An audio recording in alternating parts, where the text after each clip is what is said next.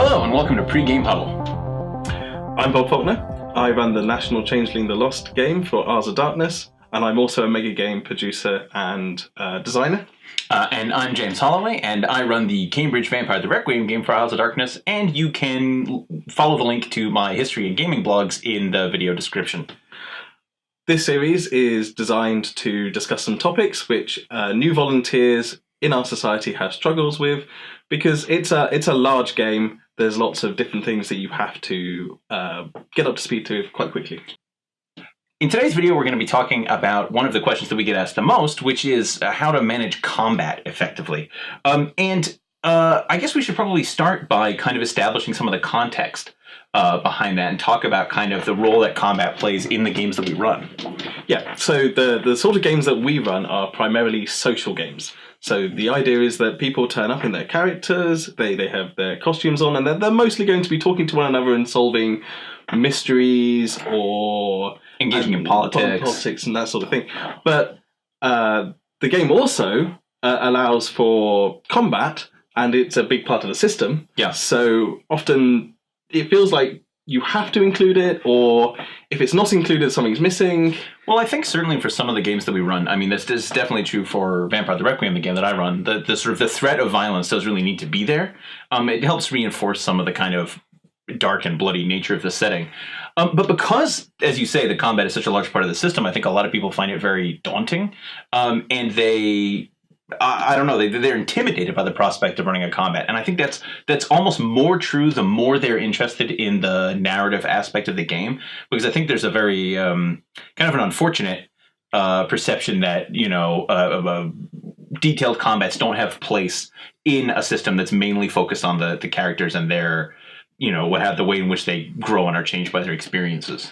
So, today, although we're talking about combat, really we want to reframe that straight away and say that what we're talking about is action sequences.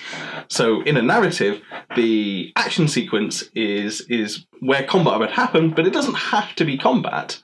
And it doesn't necessarily just have to be two sets of people lined up opposite each other, striking each other with their weapons until one side is dead. Yeah, and I think that people sometimes run that kind of combat maybe because it's sort of mechanically simple. But let's get started with the first question, which is sort of when and why do you include a combat scene in your game? Because I think sometimes people feel that combats are included in games in kind of a perfunctory way, like as if it were a song in a musical, like we've been so long and now we have to get a fight in. Yeah, so for example, the 11 o'clock monster, which is a phrase we used to mean where a big game ends with a fight, because then it feels like it has a climax. Right, although because we're old now, it's the 10 o'clock monster. Oh, yes. Yeah, we go to bed a lot earlier.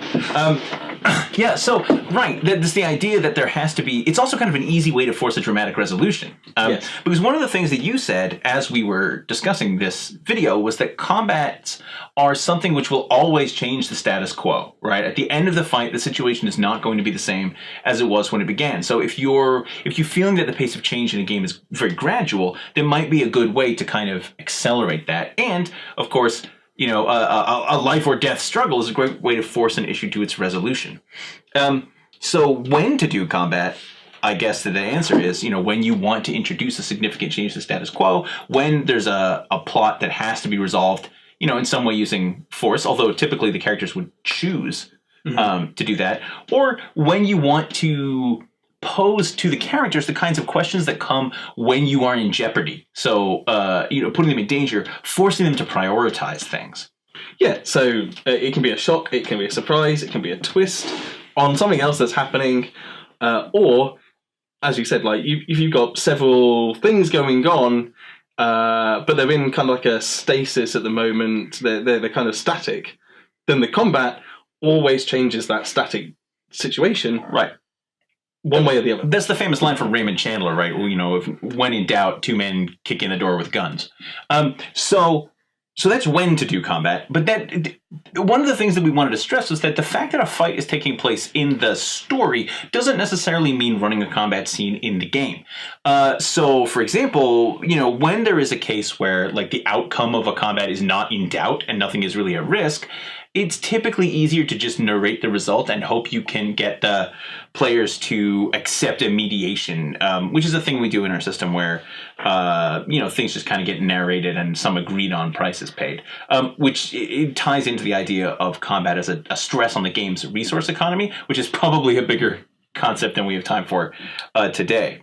So now we've talked about combat as a narrative tool. What differences are there between the kinds of combats that we're going to run in a Parlour live action game and the kind of combat that people might be more familiar with running in a tabletop game?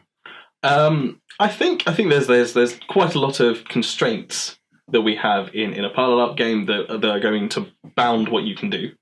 So for example, in a tabletop game, I can go there were 20 people in this fight, but in a Parlour LARP, I might only have 4 actors. Yeah. So that sometimes necessitates a change in scale, but a lot of that can be dealt with descriptively. The other one is that it is very slow. Yeah, it's a lot slower than the kind of the sort of main action of the game, those conversations. And so as a result, a fight scene and the rest of the game can kind of become desynced. Only moments have passed in this combat, but hours, well, hopefully not hours, but quite a long time can pass for the rest of the game. And as you said, one of the limitations that we don't have, or one of the abilities that we don't have, is to represent environment and other characters clearly, because a lot of the time combat is just being done as like a conversation. So we talked, as we were preparing, we talked about sort of what are the key elements to setting up a combat scene. And these are establishing the environment, establishing the characters who are involved, establishing the stakes of the conflict, and for advanced users, I guess, putting a twist on the basic setup. And a lot of the time, combats, you can get away with, gaps in description or in rules knowledge, as long as you have clearly established what all those things are. Yes, and I mean, those are all things that are also transformed by the fight, so setting them up beforehand means that you have moved all of those things on, normally by the end. Characters are revealed by what they do in the fight, the choices that they make. So, and it's important that your players make choices. Not only are we dealing with choices made in the conflict or the action scene, but also we're rewarding players for choices that they've made before the combat happened. Right. And those choices become important because there's something at stake in the fight. So, if you're not sure what's going on take a look at an action film that you like, and you'll see that if it's effectively done, every fight scene has a win-lose condition, has a stake, even if that stake is as obvious as character gets killed or doesn't get killed. And when you put things that the characters and hopefully the players care about at risk, you force them to make choices. But this is all kind of like high-level theory stuff. Yep. What about the practicalities of running a combat scene? Because I think that, we talked about how people might not feel comfortable with the role that combat plays in their narrative, but I think a lot of people also just find the experience of running a combat to be complex and difficult. So what do you sort of recommend for those players, or those STs, I should say? The first thing is that you need to establish. So before you can establish, you need to be the person that everybody is paying attention to. So before you can start your fight at all, gather everybody around you.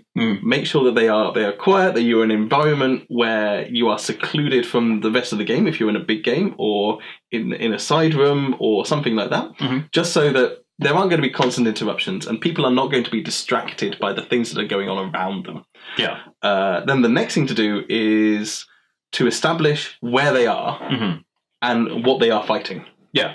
And we sometimes have a problem where I think people are very excited about that sort of level of description, and parsing a complex description or reducing it down into a short space of time can be quite difficult. But I think it's one of those skills that you just sort of develop with practice, I suppose. It's very important for combats. You don't want to over-describe, but you also don't want to under-describe. And this is something that we'll come back to later, where using things that people already know helps to the description. So if you are in a charity shop and you have this fight, you just need to say you are in a charity shop. Yeah. There are bric-a-brac around. Yeah, everybody knows what the inside of a charity shop looks like. Yeah. It's crowded. There's not a lot of space. You'll need to fight between the racks. Yeah. That is sufficient description of where you are. Yeah. To get you through this fight. And it also gets people starting thinking, because you've mentioned a few things that maybe they're going to start thinking about, like how do I use the racks or the bric-a-brac in the fight. Mm-hmm. Yeah. And so as you say, you got to quickly establish setting, quickly establish opponents. And again, it's the old rule that, every NPC who's not important has sort of one thing about them, is a very good way to deal with NPCs in combats where, chances are you're not going to be having long conversations with them, but you still want to personalize them in some way, even if that's just as simple as giving them a funny hat or one eye or, whatever it is, really expensive sneakers. Or so while we were planning for this, one of the analogies we came up with was in Teenage Mutant Ninja Turtles, and we think that's something that everybody gets. You've got 3 different types of baddies. So you've got Shredder at the top, who is a fully realized character. He talks to the protagonist. He's got motivations and a personality. And then below him, you've got his lieutenants, who are Rocksteady and Bebop, and they have gimmicks, but they are clearly distinct characters. Yeah, I mean, even if the gimmicks are just like distinctive visual appearances and like different weapons, they're basically the same. And then below them, you have hordes of faceless ninjas. Literally faceless. Yeah, and those guys don't require to be individualized. So, but that's just kind of like the level of very sketchy character description that nonetheless creates memorable antagonists, as you can tell from the fact that I suspect everyone listening to us has heard, or watching us, I should say, has heard of those characters as loosely described as they are. Yeah. The next point is some people don't like running combats because they don't feel confident in their knowledge of the rules, which is kind of it's understandable, but at the same time, the core combat rules are actually relatively simple. So I have prepared the core combat rules onto an A4 sheet of paper, and as you can see, the thing that is most complicated and takes up the most space is the grapple rules, but everything else, very simple. Yep. This is pretty much everything. I guess armor's not in there, but other than that, yes. So and you can find a link to this again in the video description. Yes. And to an updated version of this. It's just handy to have something like this around because again, the rules are long. Paging through them is too time consuming. The second point about system mastery is that you have to be okay with not knowing. Oh yes, it is better to be wrong in 10 seconds than right in 3 minutes. If you are stopping and going, let's go get the rule book, then you have broken the flow of your combat. Yeah. Everybody is sat around. They start to get bored. That's when people start to wander off. Yeah, you can do that in a tabletop game in a way that you just can't do it in a Parlour LARP. So we talked about keeping descriptions brief. The other thing is to instill in players, and this is where the player's responsibility comes in, a culture of knowing the things that are relevant to combat. So, in the World of Darkness system specifically, players should know what their defense is. They should know what their kind of most common attacks are. They should know how much health they have and what happens when they lose health. And they should be ready to, because the turn goes around and they're not acting. But during the time that other players are acting, typically most players are just chatting, where they could be using that time to decide what they're going to do in the next round. Yes, and there are some things that you can do to help with that. Mm-hmm. So the first thing is, the start of every combat, everybody rolls initiative. Yeah. If you put everybody into initiative order, then everybody knows who's next. You mean physically put them in initiative order? Oh, yes, have them stand or sit in the order that they should be acting in. Right, so when the person sitting next to you is talking, you know that you're next. Yes, yeah. And you can be thinking about what you're going to say as soon as it's your turn. And in addition to that, there is some etiquette, as you said, don't talk over other people.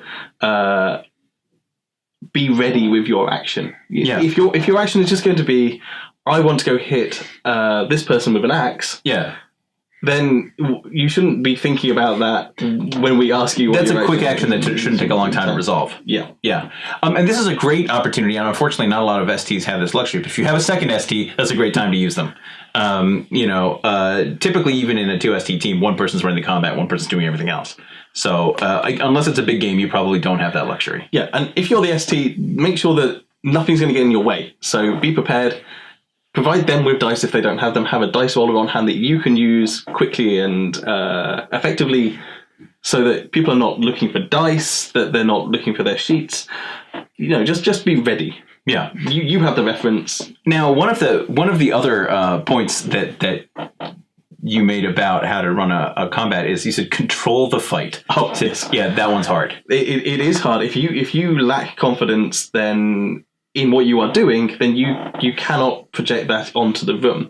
But if you can project that onto the room, then it's a lot easier to go, it's your turn, and then it's your turn, and then it's your turn, and to get people to stay quiet, stay focused. But the best way to act like you have confidence is to have confidence, and the best way to have confidence is to be prepared. Yes. Yeah. So what about now? One of the things that we think is really important, and one of the things that describing the environment in detail and the characters in detail can do is create opportunities for player creativity. How do you respond to players trying to do sort of unorthodox things? Because on the one hand, you want to encourage it. On the other hand, you don't want to enter into a lengthy negotiation. No, okay. So, again, stop thinking about it as combat, start thinking about it as action scenes. And so if something sounds dramatic and is interesting and adds to the scene, then absolutely say yes, come up with something, and as I said, be wrong in 10 seconds. Don't worry about it if you said you wanted a Dex Athletics roll and later on it turns out that you wanted a Strength Lastly roll, because in that moment, it didn't matter. Yeah. Just get on with moving the action along. Mm-hmm. But also, take what they say and then add to it a little bit. Give it back to them. They'll feel great for having come up with something that's interesting. Yeah, it's not only will they be happy because they achieved something, as everybody is, but also because they achieved something sort of by using creative thinking and problem solving.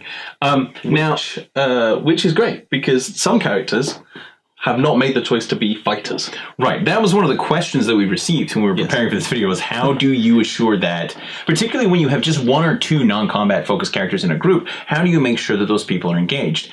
And again, I think that goes back to setting up the scenario, setting up the environment, and setting up the characters involved in the conflict so that it is not just people punching each other, right? That everybody is fighting for a reason. If you're fighting to achieve something. So hopefully those characters can attempt to accomplish that goal in other ways. Or, sometimes they can run and hide, because sometimes people who didn't, their stakes are still, they want to survive this fight. Yeah. And sometimes that isn't terribly exciting, so the least you can do is just get the fight over with quickly. Yes. And the other question that we got was, how do you get a combat to be fair and interesting and quick? And we focused mainly on interesting. Fair is a whole other question. But how do you make a combat quick other than what you've said before? How do I make it quick? When the fight is clearly over, skip to the resolution. Right. So once the big climactic moment of the fight has happened, the rest of it is denouement. Yeah. It's a move to the narrative bit. So if there's still three ninjas left to fight, but they will have no problem fighting these ninjas because they've defeated Bebop and Rocksteady. Yeah. We don't need to see them fight. That's when the rest of the bad guys run away or whatever. Yeah. We cut to the scene where they're stood over the bodies. The other way to get a combat to be fast is simply to try and minimize the number of people involved in it. That's a problem because you don't want to be limiting what players can do. Players should be able to do whatever they want. But if we sometimes get the problem of large groups of players going out on combat missions that are relatively small, and you can just say, "Hey guys, this is not actually going to be that level of a problem." That's a judgment call, though. Yeah, and I mean, if you instill in your players the idea that there are stakes that matter and things like that, then you will eventually arrive at the situation where the appropriate number of people who have stakes in the fight go to the fight, right? Rather than just being, "Oh, and me too, I was also there." So in the end, it ultimately comes down to establishing the parameters of the conflict, that is the stakes, the environment, the characters, and having enough mastery of the rules to get through it and manage the combat quickly. So anything to add about running combat scenes? No, I think there a lot of other stuff that I had to discuss, we can discuss in antagonist design in a later video. That's true, because in our next video, we're going to be talking about how to design not just antagonists, but NPCs in general. Yes. Yeah. All right. Well, thank you for watching Pre-Game Huddle, and we'll see you next time.